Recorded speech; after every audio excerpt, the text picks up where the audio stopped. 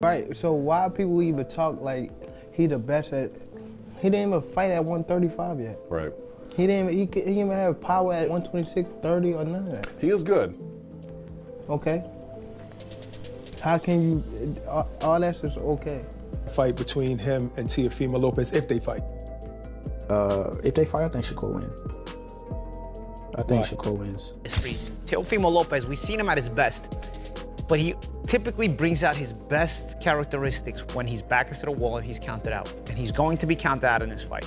By and large, people are going to side with Shakur in this fight to win the fight because he's the more consistent fighter, he's the more class fighter. Boxing professionals shared sharply divided opinions ahead of the highly anticipated Shakur Stevenson versus Teofimo Lopez matchup. Gervonta Davis voiced clear frustration when discussing Stevenson, questioning why he is treated like a proven champion before fully earning it at the highest level. Davis emphasized that reputation alone carries no weight in elite competition, suggesting that true respect in boxing only comes after being tested, challenged, and defeated by top-level opposition inside the ring. According to Davis, hype means nothing until a fighter proves himself against the very best. Contemporaries have a lot to say these days.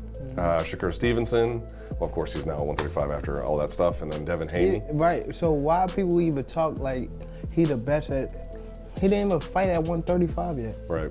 He didn't even have power at 126, 30 or none of that. He is good. Okay. How can you, all that's just okay. How can you stop people that can actually hit?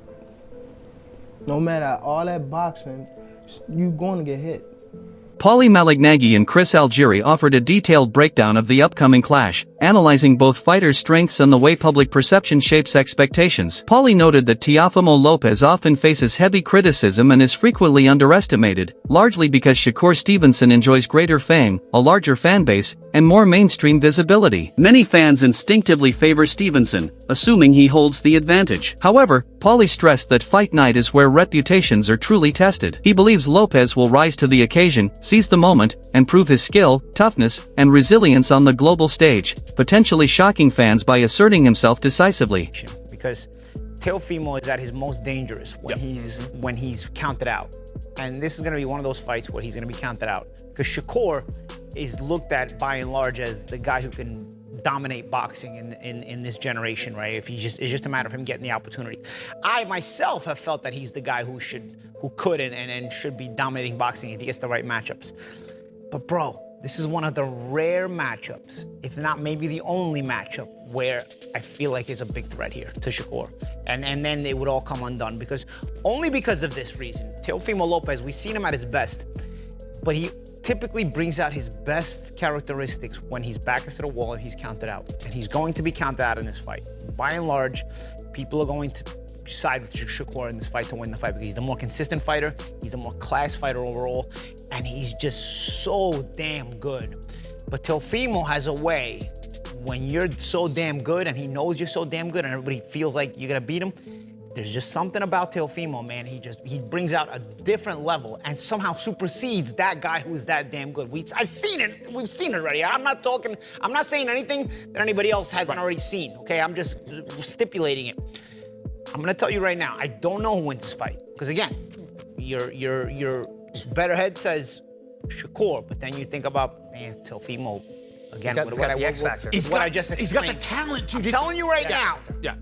Shakur is extremely talented and could be the face of boxing as far as being that good and being that dominant, even though no matter how good you are.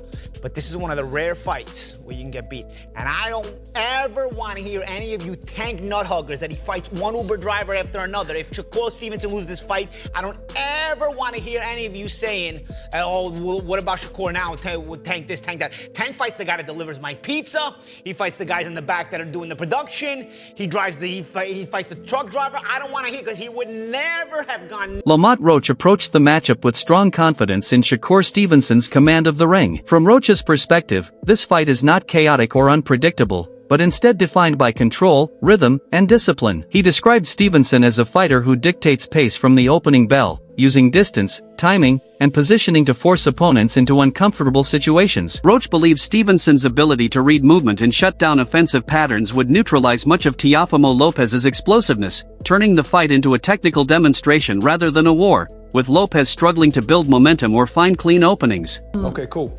But and doing that, and so I was always going to fight this year. He knew that too. I was always going to fight this year. It was going to be either like a tune-up or something before I fought him, if we were to get that together. So who do you think wins that fight between him and Teofimo Lopez if they fight? If they fight, I think Shakur wins. I think Shakur wins. And I don't think it's going to be like a super tough fight either. I think he just, his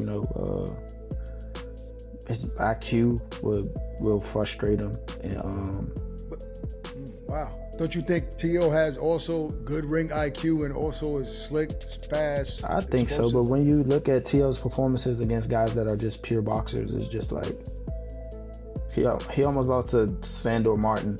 Some people thought he lost to Sandor Martin. Who else? He did beat Loma, who's arguably at the time considered one of the best in the world. He did, and that was a hell of a performance too. A hell of a performance too. So yeah, I mean, I think he's hit or miss. You got to think he got stuff. He a little cuckoo too. Like he has like a little mental lapses every once in a while. Look at the Kambosos fight. Like that's a fight that people would never expect Kambosos to win, and he won a grueling match against him as well. So I just I don't know. I don't think he can get it done against Shakur when it comes to like.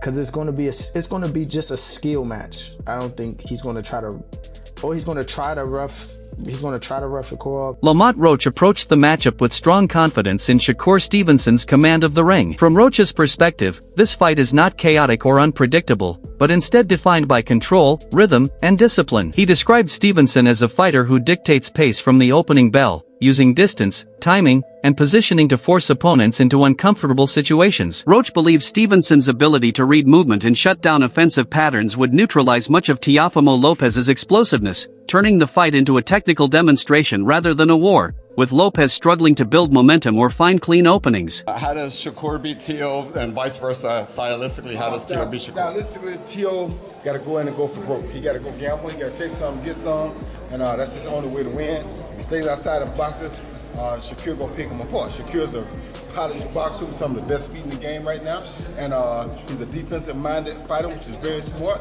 It's hard to hit him. He makes you gamble to hit him, and he's gonna be a tough one to deal with. But if Teofimo is willing to gamble to beat him, then Teofimo can definitely. Roy Jones Jr. framed the matchup around preparation, discipline, and execution rather than reputation or hype. He warned that Lopez cannot afford any lapses in focus against a fighter as precise as Stevenson. Jones explained that Stevenson thrives when opponents hesitate or lose structure, immediately capitalizing on mistakes with sharp counters and superior positioning. While acknowledging Lopez's talent, Jones stressed that talent alone will not be enough. Against a calculated fighter like Stevenson, every round matters, and once Stevenson begins building momentum, reversing the tide becomes extremely difficult. Yeah.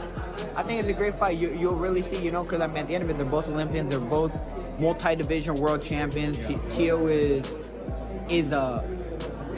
an incredible fighter, and Shakur is an incredible fighter. Shakur has a really high boxing IQ and a very. Shakur coming off of I'm telling you, it's got to be a good. Raldy Romero offered a contrasting view by labeling the fight a true 50-50 matchup. He based this assessment on the fact that both Stevenson and Lopez have already reached championship level and proven themselves against elite competition. Romero emphasized that neither fighter enters the bout as a clear underdog in terms of skill. Instead, he highlighted the clash of styles, suggesting the outcome could swing in either direction depending on who establishes control first. From Romero's perspective, timing, confidence, and in-fight adjustments may ultimately decide the winner rather than any obvious technical advantage.